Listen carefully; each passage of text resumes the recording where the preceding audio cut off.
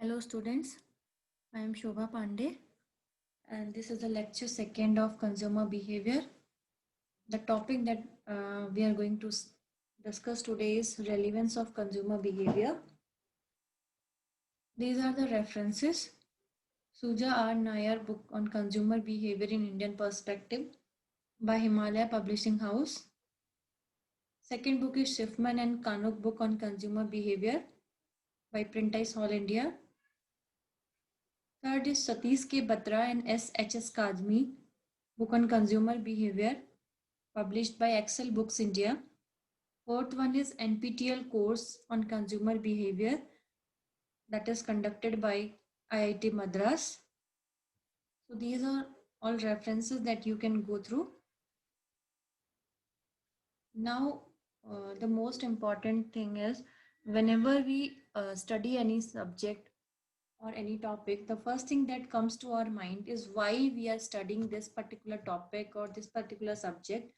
So in this lecture, we are discussing why to study consumer behavior, why it is important, or you can say relevance of consumer behavior.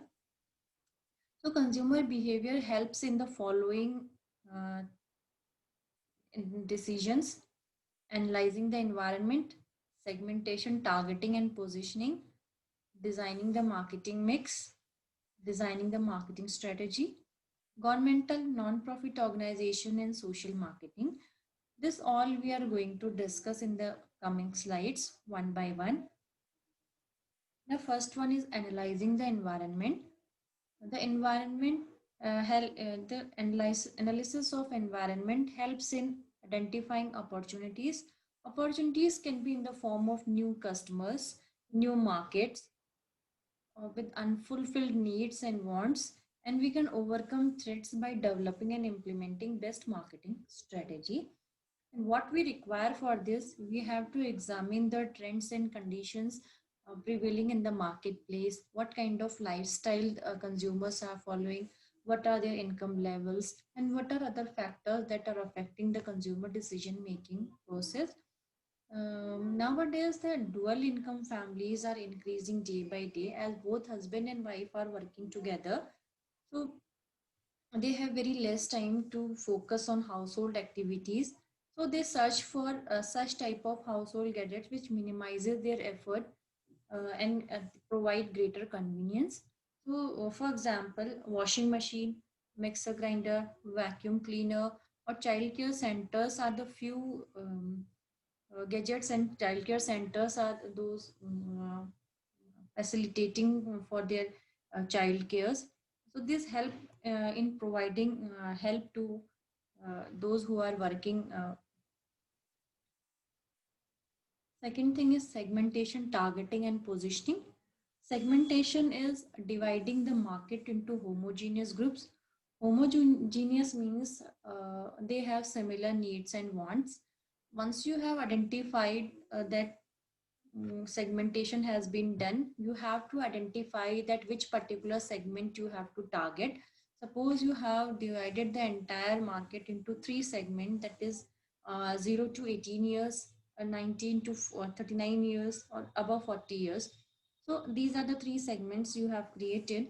So you have now you are focusing on 19 to 39 years. So this is your target segment.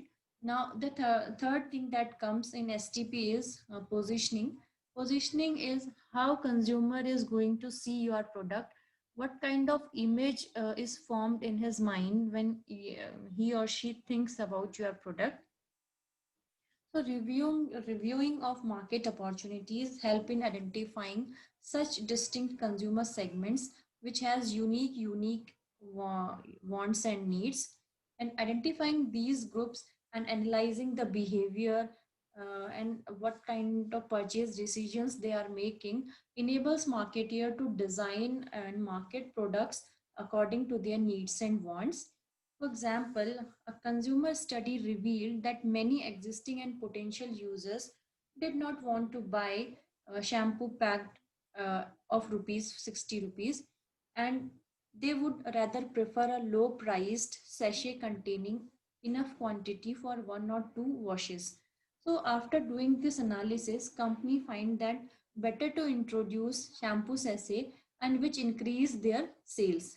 So this all happened just because of the study of consumers. Third is designing the marketing mix. Marketing mix is all about product, price, place, and promotion. These are the tools with the help of which they deal with the consumer competitors and differentiate their product from them. So first we will see the product. The marketer design the product or services according to the needs and wants of the target segment. Now, what kind of decisions they have to take care of while designing a product is what type of size, what is the shape, what should be the features, what kind of packaging they should keep, what are the important aspects of services like warranties, guarantees, accessories, etc. For example, Nestle first introduce Maggi noodles in two forms. ने पहले सिर्फ दो ही forms में निकाले, masala and capsicum flavours. Subsequently gradually they see की different regions के जो होते हैं, डिफरेंट डिफरेंट फ्लेवर्स हैं, उनकी प्रेफरेंसेस अलग हैं. Then they introduced, the company introduced garlic and sambar. It was introduced in southern regions because the people prefer sambar in day to day basis, and they also introduce some other flavors according to the region. And the second P is price.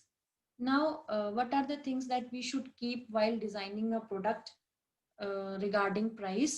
Should we charged same, higher or lower in comparison to the competitor? This is very important decision. Otherwise, it will affect your sales. Second is the consumer's price sensitive and would a lower price stimulate sales? We have to see what kind of consumers we have, whether they are looking for a lower price or they want quality ones. Should there be any price discounts? Do consumer perceive lower price as being indicated of poor quality? There are some consumers who thinks that lower price means low quality. So we have to analyze our market, that what kind of consumers we have, whether they are looking for a good quality or they are going for less priced product and they are looking for price discounts, or they are waiting for sales promotions to purchase a product. So these things that comes in designing the marketing mix. Once you have decided what kind of product you are going to prepare, and then what should be the pricing strategy, the next thing comes is the distribution, the place where the product will be available. There are various decisions that we have to take care. I will be listing few. Should the product be sold through all the retail outlets or through selected ones? It depends on what kind of product you have, whether it is a FMCG product or specialty goods. So based on that, FMCG goods should be available at every nook and corner. Should the marketer use only existing outlet which also sells competing brands, or should exclusively outlets selling only marketers brand should be created? Is the location of retail outlet important for consumer point of view? Should the company think of direct marketing? For example, Eureka Forbes introduced vacuum cleaner, but they saw that the sale is not that high. After doing the analysis of consumer, they found that it is due to because of low awareness. Then company decided to sell through personal selling rather than retail outlets, and it is stimulated sales because they have done demonstration and they talked face to face with the consumers, and they can better explain the features of a vacuum cleaner. And then is designing the marketing strategy.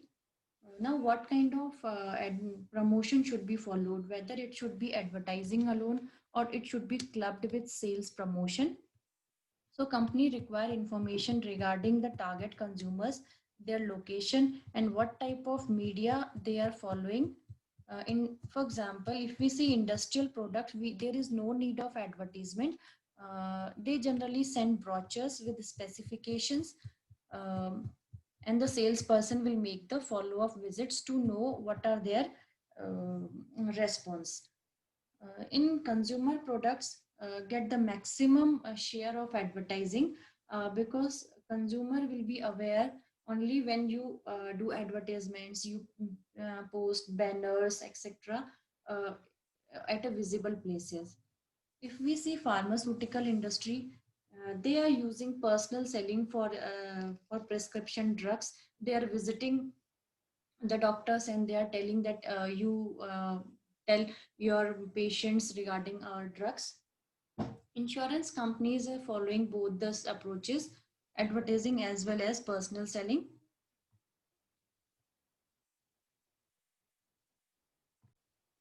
Now is governmental, non-profit organization and social marketing.